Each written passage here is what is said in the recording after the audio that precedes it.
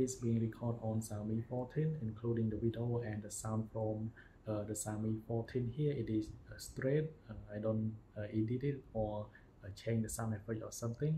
And now on Xiaomi 14, you should be able to record up to 4K 60 frames per second. On video, you don't have ultra wide. It is only wide, and now my hand is a bit far away from my face. This is a video that being recorded on Xiaomi 14, but rear camera.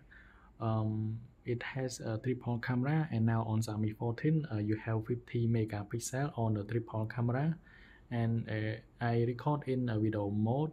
You can see here the focus is pretty fast. Let me pick this one. Okay, focus, and you can hear the audio is coming from the microphone as well.